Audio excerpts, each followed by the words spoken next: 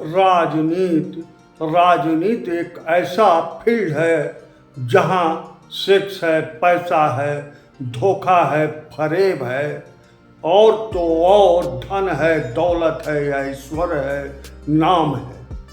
राजनीति ऐसा फील्ड है जहाँ आपको सफलता मिली तो आपके सारे बुरे काम भी अच्छे कर्मों में तब्दील हो जाते हैं।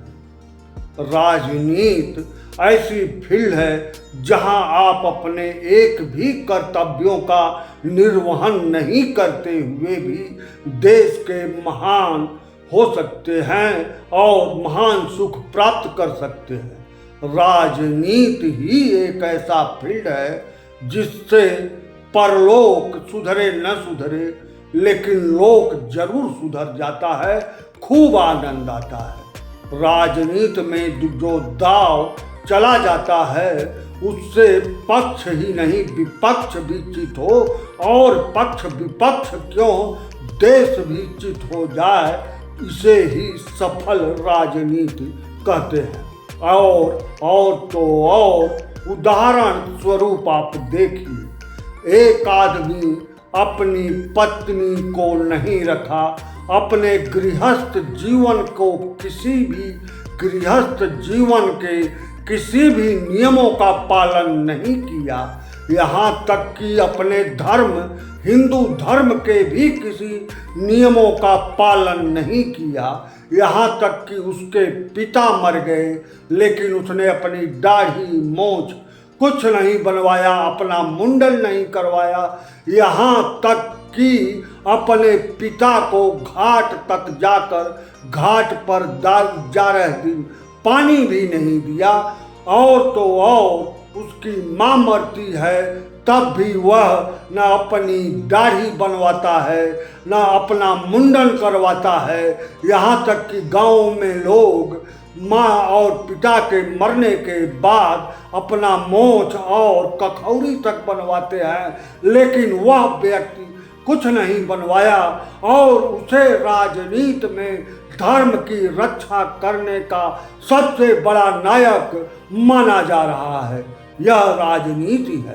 राजनीति की देखिए जहाँ क्या सफलता और अच्छे काम का पैमाना कौन सा कार्य आपका बन जाए, यह सोचना यह देखना एक अचंभा सा होता है।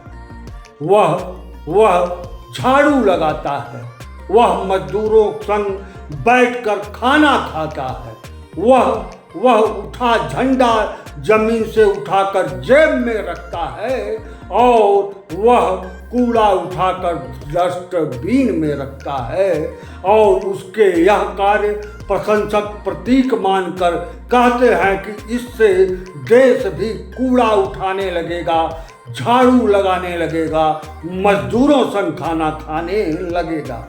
और तो और इसे पक्ष बहुत ही महान कार्य बताते हैं तो विपक्ष इसको नाटक बताता है। और तो और इस महान कार्यों का ऐसा जुनून लोगों पर चढ़ा कि लोग कुछ विपक्षी भी जाकर कुली बनने लगे, मोटरसाइकिल चलाने लगे, तो कहीं कहीं विपक्षी पोल पर चढ़कर बिजली बनाने लगे, तो कहीं कहीं लोग पक्ष और विपक्ष वाले जाकर गेहूं काटने लगे। मजा तो तब है कि यहाँ भी इनके विपक्षी इन्हें बहुत नाटकीय बता रहे हैं और पक्ष वाले इनको बहुत महान कार्य इनका यह बता रहे हैं। कुली बनना, पोल पर चढ़ना, गेहूं काटना, यह कबूतर खरहा गमला की तरह राजनीति अपने देश में चलता है। हम जब अपने गांव में, अपने अड़ोस पड़ोस में जब चलते हैं तो सोचते हैं कि अपना धर्म माना जाए और जो धर्म मानने वाले नहीं हैं वह बहुत बड़े नास्तिक हैं। यहाँ तक कि बाप के मरने के बाद पुत्र जरूर घाट तक 11 दिन पानी देता है तब जाकर वह हिंदू धर्म का कहलाता है। लेकिन यहाँ जो अपनी माँ के मरने पर मुंडन तक नहीं कराता, वही हिंदू धर्म का सबसे बड़ा रक्षक कहलाता है।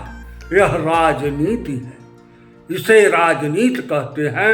जहाँ छल है, प्रपंच है, धोखा है, सेक्स है, हुस्न है, तमाम तरह के विडंबनाओं से भरा हुआ यह राजनैतिक फील्ड ही एकमात्र जगह है जहां आपसे उल्लू बनने वाले भी आपको महान बताते हैं। आश्चर्य है, लोग शादियां करते हैं तो सोचते हैं कि मेरी बेटी का लाश उसी घर से निकले जहां मैंने इसकी शादी कर दिया। और राजनैतिक फील्ड में देखिए, लोग अपनी बेटी का शादी ऐसे जगह कर दिए जहां उसका पति, अपनी पुत्री का पति ही गायब हो गया, अपने पुत्री से बोलता तक नहीं, अपने पुत्री के साथ खाना नहीं खाता, मजदूरों उसके पुत्री के साथ खाना नहीं खाता, मजदूरों के संग बैठकर खाना खाता है। और उसे महान कार्य हम बताते हैं, क्योंकि हम यानी जनता वही पसंद करती है जो नाटक करता है। तो देखा देखी पुण्य, देखा देखी पाप हिंदू धर्म में कहा गया है। और तमाम लोग यह नाटक राजनीति में शुरू कर दिए हैं। जो अपना खुद का धर्म न माने, धर्म की कोई भी कही बात न माने, उसे ही धर्म की बागडोर सौंप देना हमारी आदत है। और उसे ही देश की रक्षा के लिए, देश का तकदीर सुधारने के लिए हम सर आंखों पर बिठाते हैं जो अपने पत्नी का तकदीर खराब कर दे। ऐसे ऐसे हमारे आदर्श हैं। महात्मा गांधी ने देखा कि घर में औरतों को पहनने के लिए कपड़े नहीं हैं। द्रविड़ महात्मा गांधी, मोहनचंद करमचंद महात्मा गांधी ने उसी दिन से अपना पैंट सूट टाई त्याग दिया और उन्होंने प्रतीक की तरह, इनकी तरह झाड़ू नहीं लगाया एक दिन के लिए।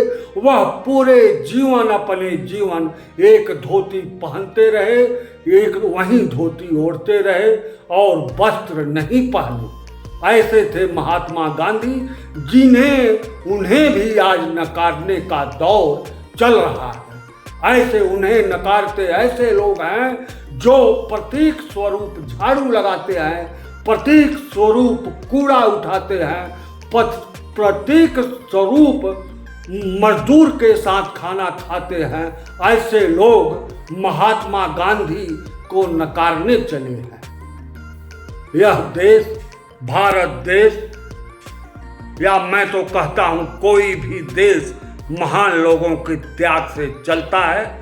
और मैं समझता हूं महात्मा गांधी के इस भारतवर्ष में, महाराणा प्रताप के इस भारतवर्ष में, जिन्होंने घास की रोटियां प्रतीक स्वरूप नहीं खाई, बल्कि जब तक राजपाट नहीं मिला घास की रोटी खाते रहे, ऐसे भारतवर्ष में जहां महाराणा प्रताप, जहां महात्मा गांधी, जहां चंद्रशेखर तिवारी यानी चंद्रशेखर आजाद जैसे, भगत सिंह जैसे वीर पैदा हुए हैं, जो सत्ता के पद नहीं गए और अपना जीवन त्याग दिए, ऐसे भारत देश में उल्लू बनाने की यह प्रक्रिया बहुत दिन तक नहीं चलेगी, ऐसा मुझे विश्वास है।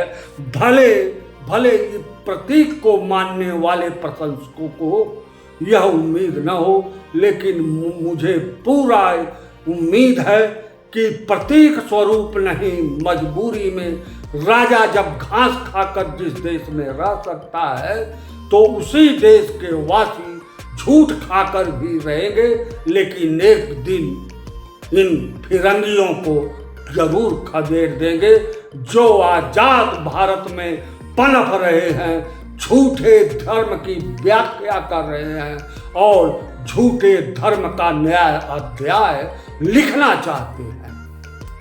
आप मेरे चैनल को देखते हुए, मेरे इस वीडियो को देखते हुए, सुनते हुए अगर मेरी यह आवाज़ आप सुन रहे हैं तो आपसे आग्रह है, कृपया मेरे चैनल को सब्सक्राइब कर दीजिए, वीडियो को लाइक और शेयर कर दीजिए और कमेंट भी करिए, जिससे मुझे आपसे आपका यह छोटा सा सहयोग मेरे लिए प्रोत्साहन, बहुत बड़ा प्रोत्साहन होगा और पुरस्कार स्वरूप होगा।